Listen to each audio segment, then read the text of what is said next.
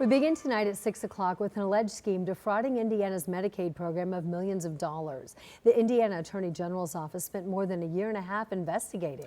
Tonight, 2 people are now facing more than 50 felony charges. Ashton Hackman tells us what investigators say happened.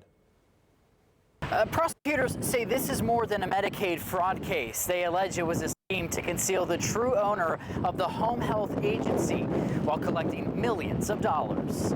Investigators spent 15 months reviewing bank records and emails. Court documents allege Faith Casas was listed as the owner of Senior Home Care Agency, but investigators say Alexander Burns was actually controlling the business.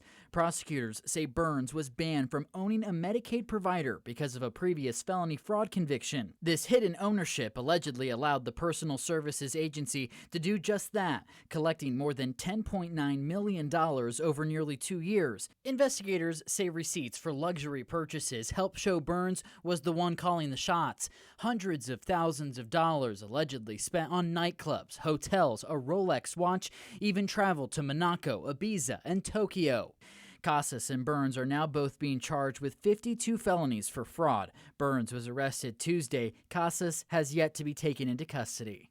The case comes as FSSA faces scrutiny after a recent audit found weaknesses in its Medicaid oversight. Auditors found issues with missing criminal background checks, billing for services not allowed, little or no documentation, and care not matching what was approved. The allegations against Casas and Burns are separate. In Indianapolis, Ashton Hackman, 13 News. Now, we reached out to both FSSA and the Attorney General's office today, and we are still waiting for a statement. Today, Indiana Governor Mike Braun outlined plans to improve funding for child care centers across the state. All of this follows last year's cuts to the state child care voucher program, making it harder for some Indiana families to afford the care that they need. Today, the governor visited Shepherd Community Early Learning Scholars, talking with families and child care providers. During the visit today, the governor announced plans to ask lawmakers to provide more funding for child care and plans to ask businesses to chip in too by providing incentives as well.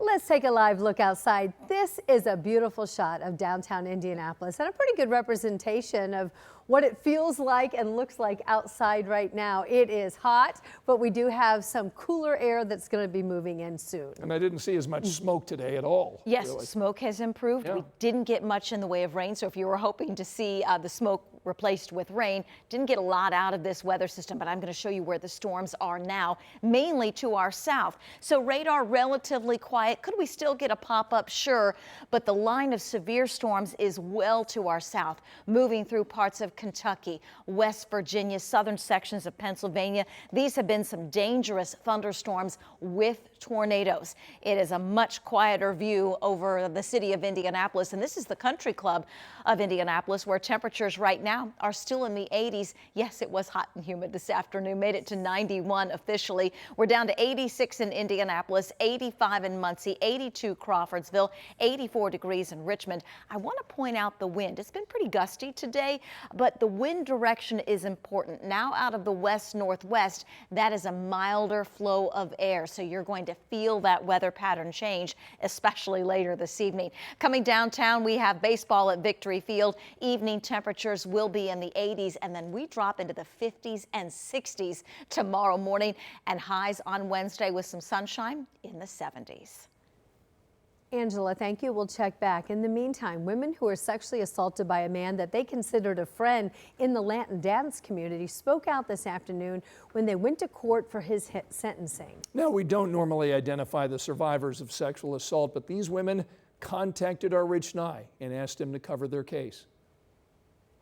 Gilberto Montiel Meduano faced sentencing Tuesday on 4 counts of sexual battery and 2 counts of confinement against 2 women.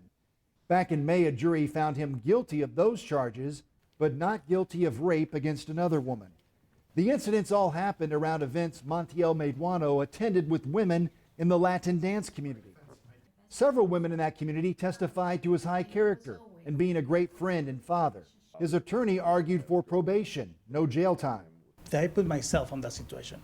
I understand that, but at the same time, I want to make sure that you understand that this, whatever decision you take today, I'm gonna try to work the hardest I can to get my family back. Sierra Knuckles was the first woman to come forward. I thought maybe, okay, I'll deal with this trauma on my own.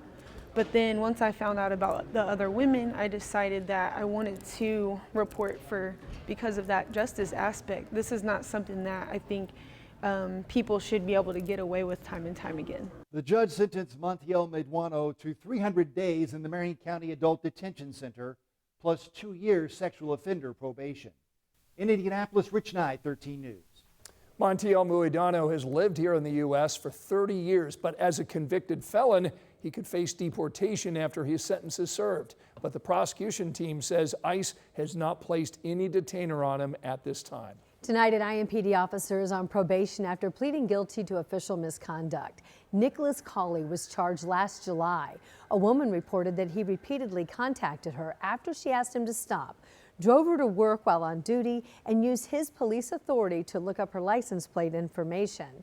According to the State Laws Enforcement Training Board, Cawley voluntarily surrendered his police certification last June. Communities here in central Indiana tonight are remembering rising boxing star Hannah Rapp. The Yorktown native tragically died over the weekend in Texas. Ella Rhodes joins us now live in studio, and I understand, Ella, that you spoke with a business that now is taking action to help and support Rapp's family.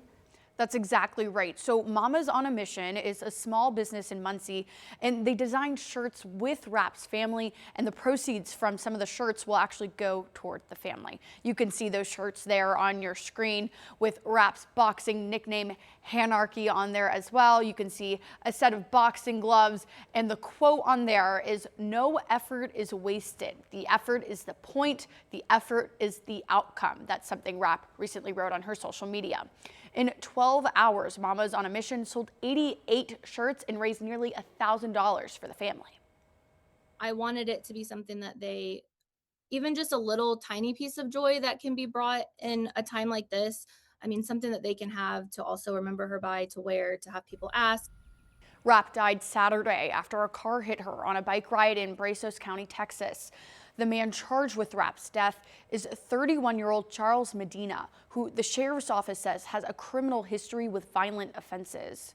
Now over in Yorktown, they are hosting a vigil in Rapp's honor on Wednesday, the same time as a vigil is planned in Texas.